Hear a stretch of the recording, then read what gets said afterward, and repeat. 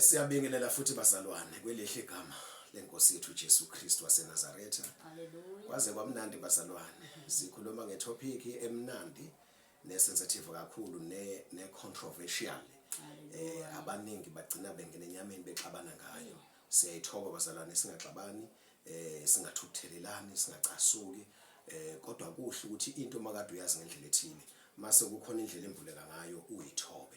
Ngiyajabula ukuthi udadewethu ngazomphathwa nini lapha nechaza khona ukuthi hey naye wayelwa ngoba wayembulela ukuthi le ndlela ogcina sabathi le yangeSaturday bathi uNkulunkulu wamnqoba ukuthi amambulele njengoba sechaza manje usembulelwe uhambo lolwa uNkulunkulu direct ukuthi kahle hle ukugcina sabatha ngendlela kaJesu Kristu esimane lesisha injani. So ke siyambonga uNkulunkulu ke sindawonye kule nkulumo njengoba nje sihlele kanjena bazalwane phambi kwenu sivumelene into eyambuliwe kusisi into eyambuliwe kimi and sikhulumile before icamera then sisize ecamereni manje sizoyikhuluma sobabili. So ke kungabibikho udideka inkulumo yethu sobabili isambulo uNkulunkulu asambulele sona esiqondene namagroup amabili. Igroup yokuqala uIsraeli wenyama lo esambulelwe ngayo ukuthi thina singuye iningi lethu singabantu abamnyama natural bloodline Israel Israel useBhayibhelini thina sizizukulwane zakhe kodwa sesenzele umusa sasindiswa kuKristu Jesu njengoPaul abasindiswa engowethrap yakwaBenjamin uIsrael njengoPetru basindiswa. So ke nathi silapho sisindisiwe suIsrael lo oseBhayibhelini. So bese bakhona igroup yesibili lo Israel ongasindisiwe nosindisiwe kodwa olwela indaba yesabatha. Khona umuntu osindisiwe kodwa akanendaba nogcina imiyalo yenkosi yethu Jesu nemfundiso kaJesu Kristu njengoba sinjalo kodwa silonge bambe lento yokukhonza nini ngesabatha ngoba wambulelwe yona. Siyakwazi lokho bazana ukuthi ukukhonza ngeSunday kahle hle isystem yamaRoma kaSathane isystem yesilo yebeast ukuthi kukhonzwe uNkulunkulu elanga ngeSunday ingakho sekunosonto skole no kukhona ukukhonza ngesabatha kulo Israel wenyama oseBhayibhelini usukulwane lwesikhombisa ukuthi usuku lokhonza yini uSaturday. Kodwa sifezile ke ngicabanga ukuthi part 1 part 2 la sithi khona ikhalenda likhona nje manje labezizwe likaSathane. So ke mawuzothi wena ugcina usuku lesabatha ngomgqibelo kuleli calendar then ilahlekile futhi nakuwena ngoba khona ikhalenda lamaJuda ngokwezwi kaNkulunkulu kweBhayibheli eselilahlekile njengamanje. So ke uJesu ke uziluzo sikhulula kukho konke lokho ukuba siqonde ukuthi siligcina kanjani isabatha likaNkulunkulu sikuyo uJesu Kristu. Yilokho kusisike aqalele ukumbula ke shona phela kupart 2 then uzoqedela lokho ke sizoqedela lokho ke nodadewethu egameni lelihle lenkosi yethu Jesu. So ke sizokhuluma ngokudedelana kodwa ngizomdedela ukuthi nakhulume kakhulu egameni lenkosi yethu Jesu. Yena akavamile ukuvela la kweCamera. So ke manje uNkulunkulu emnikeza lesambulo kufuneka sikhulume ukuthi nami uNkulunkulu unginikezile vele bengizogcina ngikhulumile ngaso ama audios ku WhatsApp group imvuselelo hlwitho ngikhulumile ngakhona wonke umuntu owadingayo ngiyamnikeza wona kodwa indlela esikhuluma ngayo ukulalela izwi kaNkulunkulu awuneli awufiki la uthi sengidela khona limnandi nje futhi ungakhuluma izwi elilodwa uNkulunkulu alambule ngendlela ezahlukene ngomoya ongcwele. So ke siyabonga kakhulu ke egameni kaJesu sisi wami ungabingelela angazi uma kubaletha uzishe igama kwasebejwayela abazalwane njengami nje mina ngisazishe igama ukuthi nguVusimuzi kaSibiya bayazi abantu ukuthi bakuSibiya lona egameni kaJesu. Hayi bazalwane ayibonge Nkosi. Amen. Ngiphinda ukubingelela egameni lenkosi yethu Jesu Kristu eyasikhulula bazalwane ezonweni. Siyayibonga kakhulu inkosi sinekudumo. Ngicela ukuphinde ngilishe igama lami ngenzela kumuntu mhlawumbe ovele aqhamuke sebona part 3 engazi ukuthi elesesino1 sesino2 ngubani mina. Nguthandazeli ngwakamwelase eMawoti ngisekhaya labafundi iMawoti eseDurban iseThekwini iMawoti eNanda. Yes iseThekwini eNanda. So ngisekhaya labafundi njengamanje inkosi ngiholele khona. Hallelujah. Amen. Hallelujah. So ke siyambonga uNkulunkulu siqhubeka la besiqhubeka nokuchaza khona amaHebheru. Kodwa ke uNkulunkulu kunento ayivusa kumina anginika yona njengamanje ukuthi singamaKristu, haleluya, singamaKristu, imithetho imiyalelo kaNkulunkulu le eyabhalwe uNkulunkulu, eyakhulunywa uNkulunkulu ngomlomo wakhe, imiyalelo eyishumi, 10 commandments. Yes. uKristu uNkulunkulu wayekhipha ngomlomo wakhe iwu10 leyo myalelo. Yes. uKristu Jesu uma esefika usesinike uyayisummarize. Okay. Yes, uyayisummarize uthi asithanda uNkulunkulu ngenhliziyo yethu yonke, ngomoya wethu wonke, nangakho konke kwethu. Usho njalo. Mark chapter 12 verse 29, 30 and 31. Hallelujah. Mark chapter 12. Yes, uyayisummarize ebese ezothi futhi asithanda umakhelwane njengoba sizithanda thina. Okay. Uyisummarize yonke ke lona, okusho ukuthi le miyalelo kaNkulunkulu yonke siyayigcina thina amaKristu. Yes, siyayigcina. Umyalelo obusele ulo wesabatha. Ukucaciselwa wona. Ngoba hlehle siyawugcina nawo. Yes. Manje iBhayibheli nje asifunde. uJesu waphendula wathi oqala ngokuthi yizwa inkosi uNkulunkulu wethu. Inkosi yinye. Wayithanda inkosi uNkulunkulu wakho ngayo yonke inhliziyo yakho. Amen. Nangawo wonke umphefumulo wakho. Nangawo wonke yonke ingqondo yakho, nangawo onke amandla akho. Ukumthanda uNkulunkulu ngakho konke lokho sekubalelana. Yes. Simthanda nsuku zonke. Yes. And uJesu Kristu senza ukuthi simthande uNkulunkulu nsuku zonke. Kusho ukuthi siyagcina umyalo wani wesabatha nawo. Yes. Then ngeke nsuku zonke. Yes. So bekungacacike, bekungathi siyawushiya lo mthetho wesabatha ngoba awusummarizewanga lapha, kungathi siyawukhahlela. Angathi awusummarize kanti ukhona nawo. Lento yokuthanda uNkulunkulu ngakho konke kwakho. Nsuku zonke. Uthanda uNkulunkulu nsuku zonke, wenza intando yakhe nsuku zonke, yikho ukugcina into. Hallelujah. Isabatha. Okay. Hallelujah. Usuqede kahle lokho kodwa ufuna ukusho? Yes, yes. Ukuthi umthetho wonke 10 commandments onke asummarize kuphi kulomyalo. Uyithanda inkosi uNkulunkulu yakho ngayo yonke inhliziyo yakho, ngayo yonke ingqondo yakho, ngayo amandla akho, umphefumulo wakho. Bese uthanda umakhelwane wakho njalo lokho wena usithanda wena.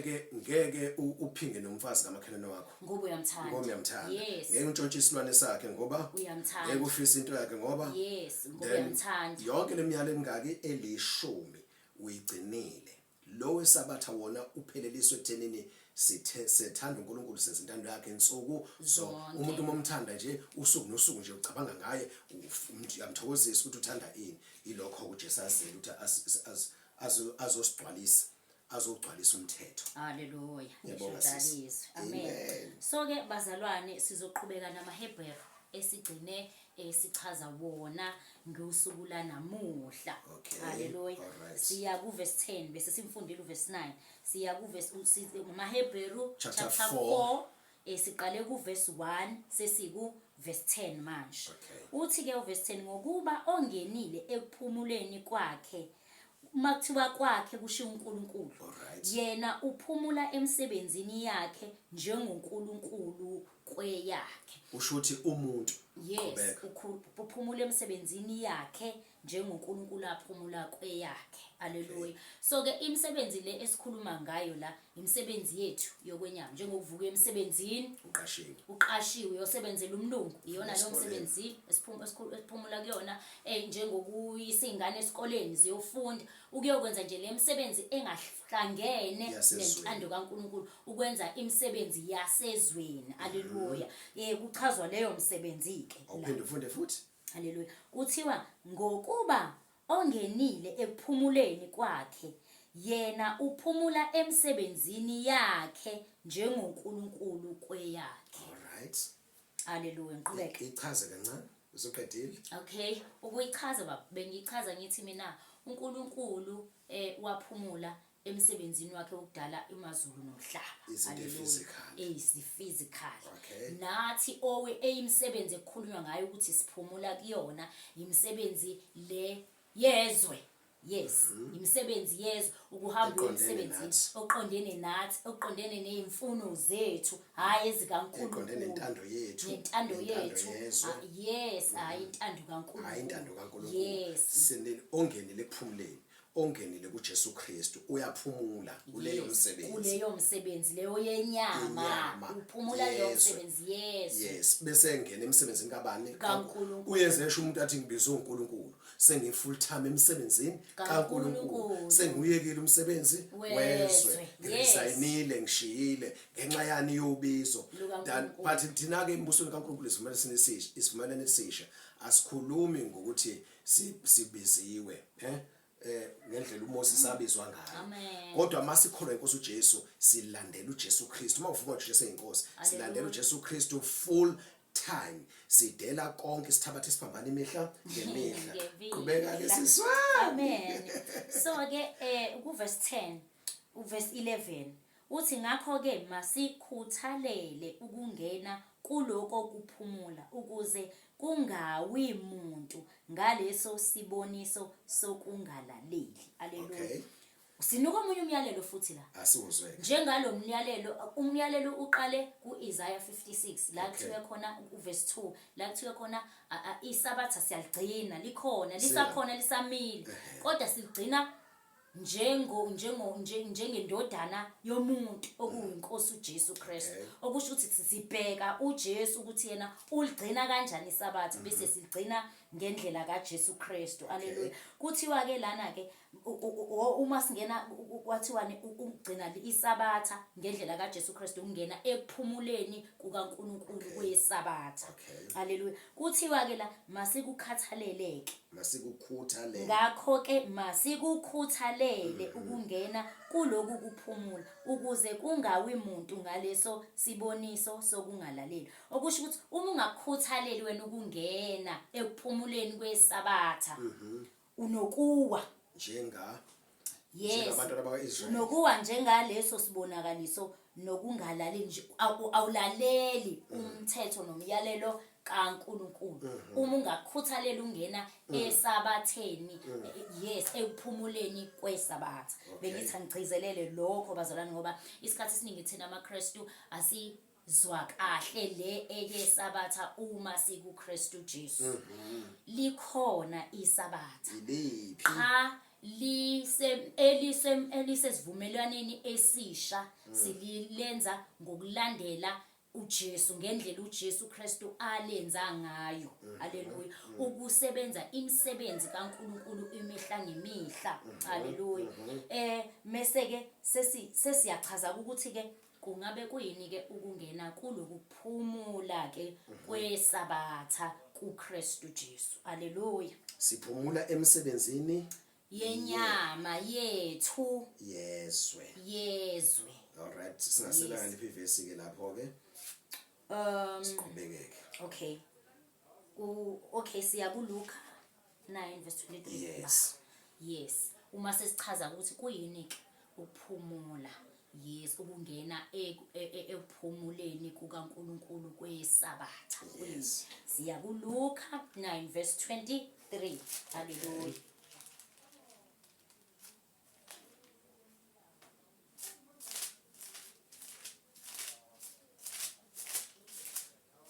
Ayibonge Nkosi.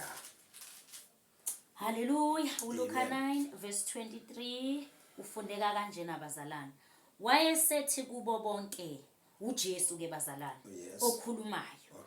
Uthi wayesethi kubo bonke uma umuntu ethanda ukuza emva kwami makazidele athabathe isiphambano sakhe imihla ngemihla angilandele. Amen. Nansi yabuya futhi indaba yani ya today usuku olusha uNkulunkulu inamuhla seliyabuya futhi ngokuthi ofuna ukulandela uJesu Kristu makazidele.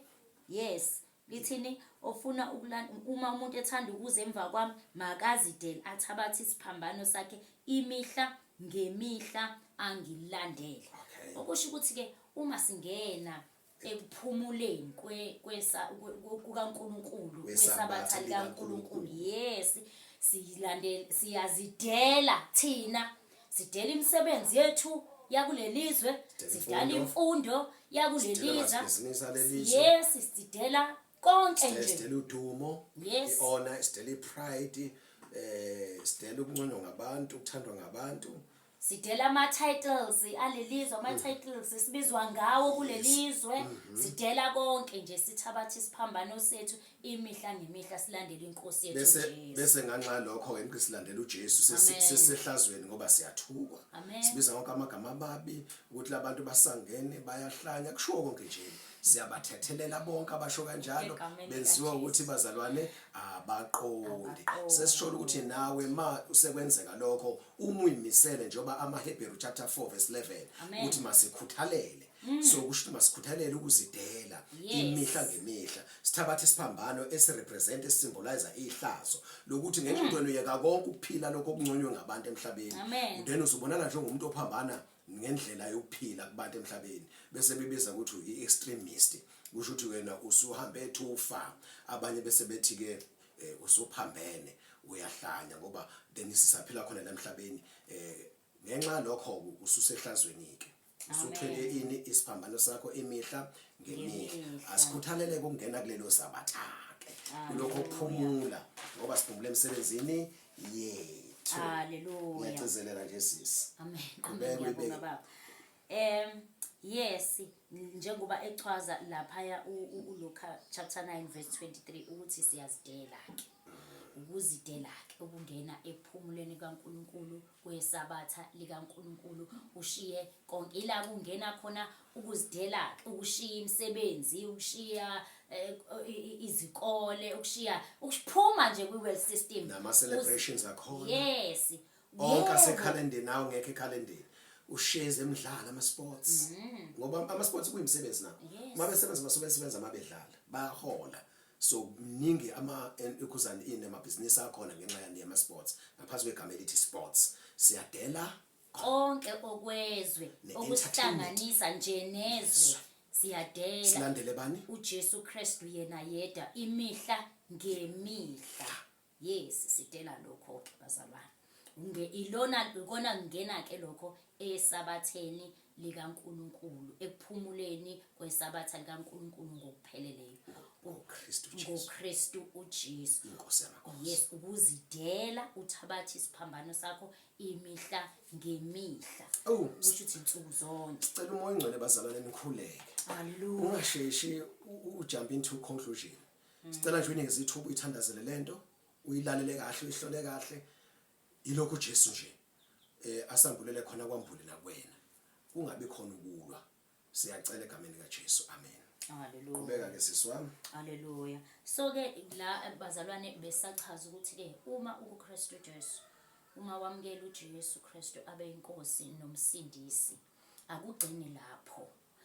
Ukungena esabatheni likaNkuluNkulu ungene ephumuleni kwaNkuluNkulu ukuzidela ke ukudela konke okwezwe. Haleluya. Ngoba kuyashiwo futhi kuthiwa uJesu inkosi yesabatha. Wena uma usulandela uJesu usungenile ephumuleni uma usudelile konke. Haleluya. Mathu inkosi yesabatha isho uthini lonto ngoba thina sizitho zomzimba kaBani kaJesu Kristu. Haleluya. uJesu yini uyinhloko yani yebandla thina sengomzimba thina silandela yena. Kusho ukuthi thina izinto eyodwa nobani noJesu Kristu. uJesu yini uyinkosi. Haleluya. Kusho ukuthi uyalibusa ini usuku lolwangesabatha. Yes. So lizwa ngaye wenza into ayithandayo ngendlela ayithandayo.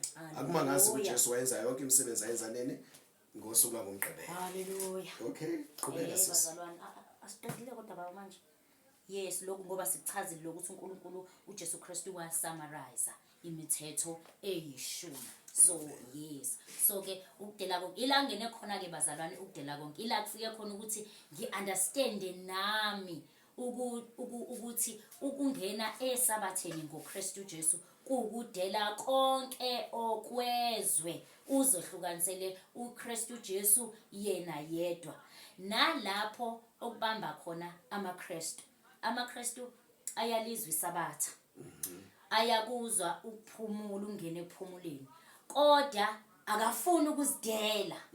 Yes, akafuni ukwenza lelizwi la Luke 9:23 ukudela konke okwezwe basihlukanisele uKristu Jesu yena yedwa, kube ukuthi ke bangenile ekuphumuleni kukaNkulunkulu kwesabatha likaNkulunkulu ngoKristu Jesu. Hallelujah. Manje usube clear understanding ukuthi uNkulunkulu ekhuluma ngesabatha kokuqala, wena ucabanga leli la ngeSaturday usuku, but uNkulunkulu sekwenzele umusa, usungene manje ekuphumuleni kwangempela kwesabatha elifuna uNkulunkulu, lokhu ukuthi udele konke kwezwe. Ilona sabatha ke lamaKristu ke lelo ke.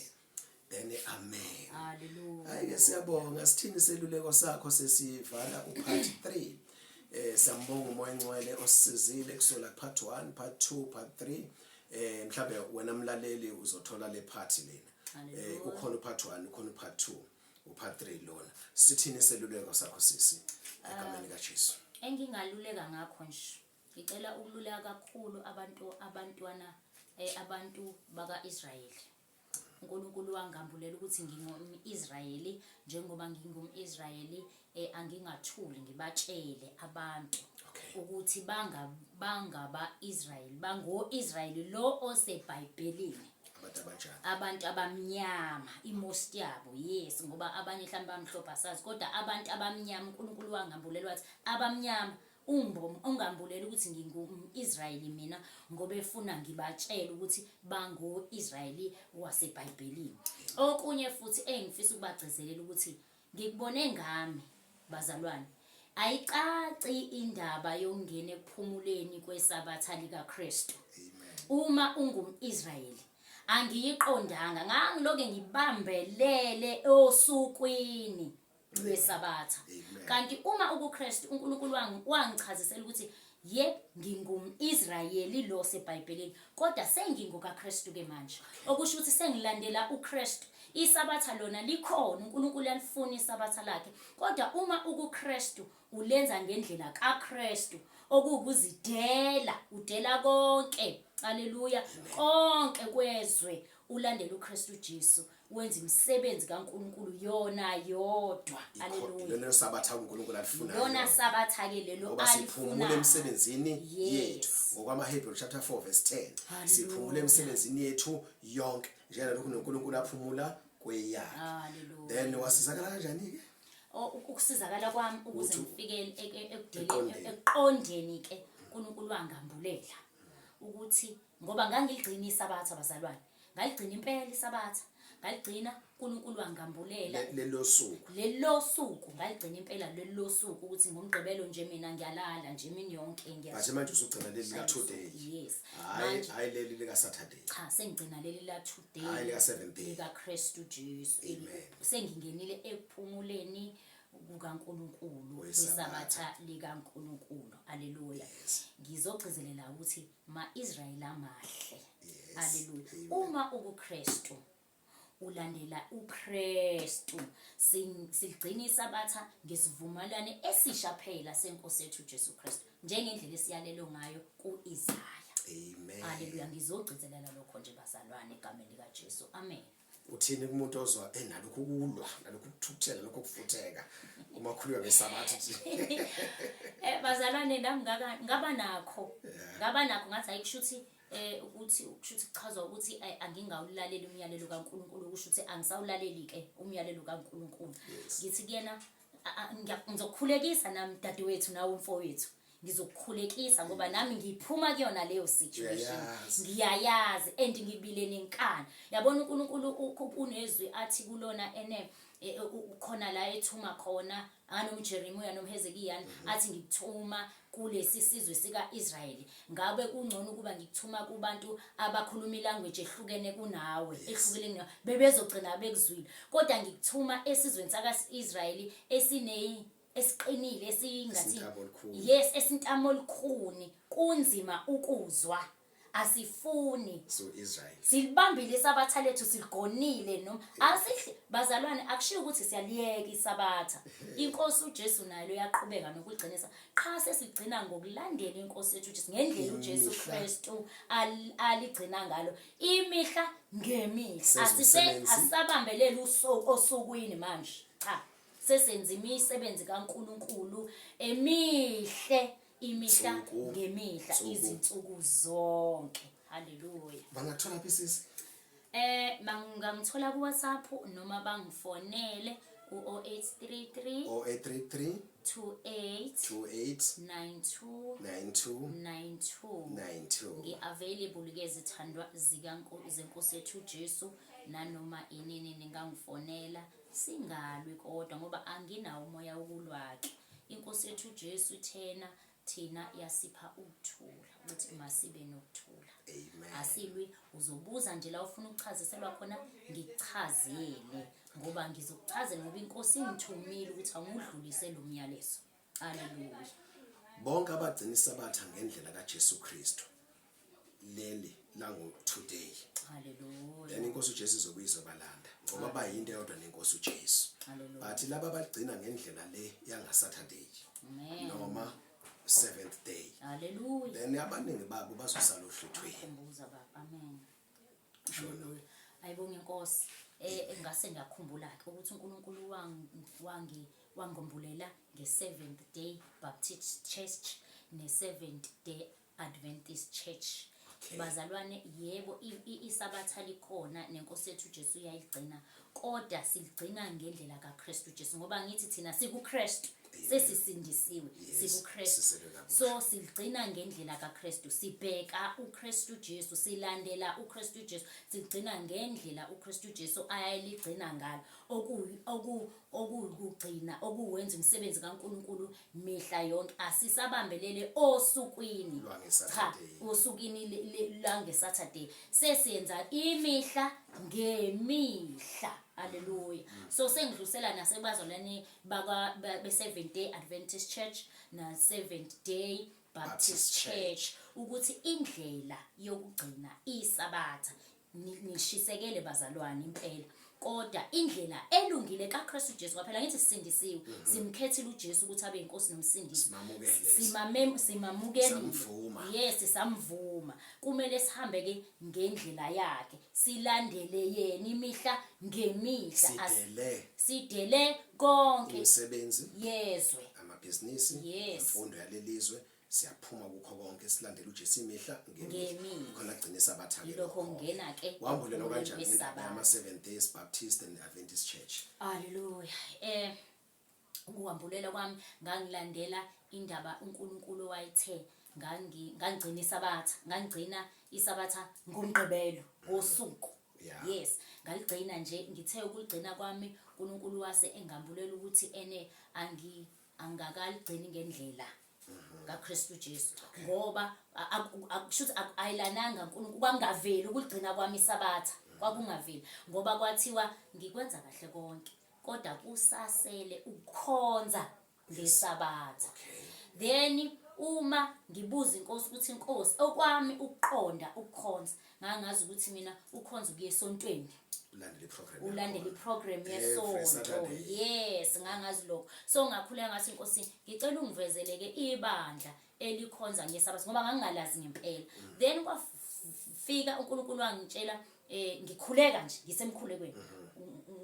ngatshelwa 7th day Baptist Church mangiyogooglisha ngathola u7th day Adventist Church emva kwalokho ngase ngamthola no7th day Baptist Church uNkulunkulu wase ambula ukuthi laba bagcina isabatha ngosuku lesabatha kanti bakuKristu Jesu kumele baligcine uyangithuma nabo kahle kahle imiyalezo ufana ufike kubona ukuthi fanele bagcine ngendlela kaKristu Jesu hayi le yokugcina ngoSaturday not yosuku langomgqibelo but baligcine ngosivumelane esisha sanamuhla ukuthi uzidela udela konke uthatha isiphambano sakho ulandele uJesu Kristu imihla ngemihla yes wenza okulungile imihla ngemihla haleluya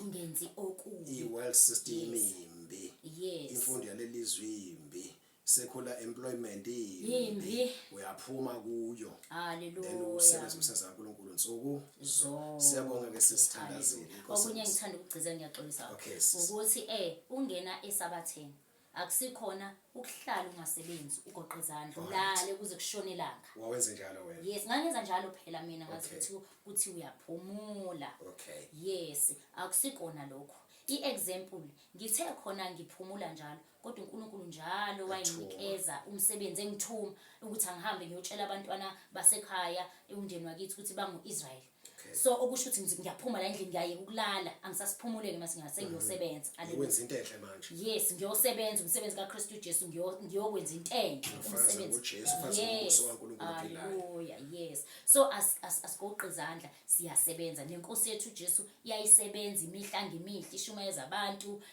ibafundisa ngombuso wezulu iphilisa abantu iphulukisa abantu zinsuku zonke including iSaturday haleluya siyabonga sesi bazalwane siyabonga kakhulu sesikhulumile ngendlela esambulelwe ngayo ngendlela esithunye ngayo kodwa ke indaba ukuphelela kwayo ikumoya ongcwele wena yana kumoya ongcwele uthandaze egameni kaJesu uzile ukudla mawuthi ufuna ukuzila ukudla uyibuze le ndaba ufundiswe kaNkulunkulu God is faithful uzokwambulela ngegama lenkosi uJesu amen.